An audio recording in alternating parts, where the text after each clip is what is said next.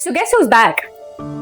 रोहन देसाई। दोस्तों, रोहन देसाई के बारे में मैंने आपको कुछ ही महीनों पहले बताया था कि वो किस तरीके से अपना एक 9 to 5 जॉब छोड़कर एक माइथोलॉजिकल क्वेस्ट पे निकल पड़ता है अपने दोस्तों को लेकर। और ये जो उसकी जर्नी है पहली किताब में, वो खत्म हुई थी सोमनाथ पहुंचकर। खत्म तो खैर नहीं कह सकते, पॉज हुई थी और अब आया है उसकी जर्नी का अगला पड़ाव। सो ये वॉल्यूम 1.5 जो है, इस वॉल्यूम में रोहन अपने दोस्तों अर्जुन, प्रिया, माया के साथ सोमनाथ से निकलकर अब वो रामेश्वरम जा रहे हैं।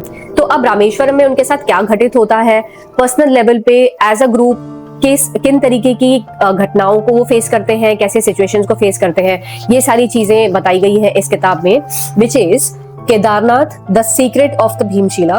पहले आपको ये बता दूं कि रामेश्वरम जाते वक्त ट्रेन में वही अघोरी वापस आता है जिसने पिछले पार्ट में रोहन से बताया था कि भैया तू ऑफिस में बैठकर क्या कर रहा है, अपनी जिंदगी क्यों खराब कर रहा है, तेरे नसीब में तो बहुत बड़ी चीजें लिखी है, तो तू ये छोड़ और तू अपने लाइफ की जो ये मिस्ट्री है उसको सॉल्व कर। अब यही अघोरी वापस आता है, ये इन्हें ट्रेन में मिलता है और अघोरी उसे एक रुद्राक्ष और एक लाल धागा देता है और यहाँ से कहानी शुरू होती है। दोस्तों, अब ये रामेश्वरम पहुंच तो जाते हैं, वहां पर राम सेतु पे, रामेश्वरम ज्योतिर्लिंग पर भी इनके साथ अलग अलग तरीके की घटनाएं होती हैं और वहां पे वापस से आता है कालनाथ जो इस कहानी का एंटागनिस्ट है, जो इस कहानी का विलन है, लेकिन जो वाकई में इंटरेस्टिंग है इस कहानी के बारे में, इसमें एनर्जीज है, वाइब्रेशंस है, चक्र है, इसमें वेदास है, आपके ऋषि मुनि, ये सारी चीजें हैं। इसमें इतने सारे कैमियोज होते हैं, मतलब मैं ज्यादा तो नहीं बताना चाहती, फिर स्पॉइलर हो जाएगा, लेकिन ऋषि अगस्त से लेकर आदि शंकराचार्य, शुक्राचार्य, ऐसे सारे लोगों के इसमें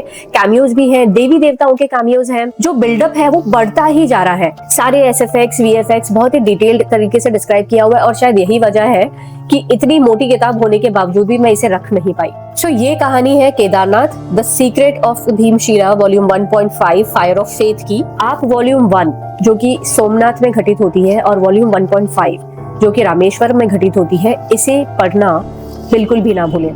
That's all in today's video. I'll see you soon again. तब तक के लिए be reading, be inspiring. Good bye.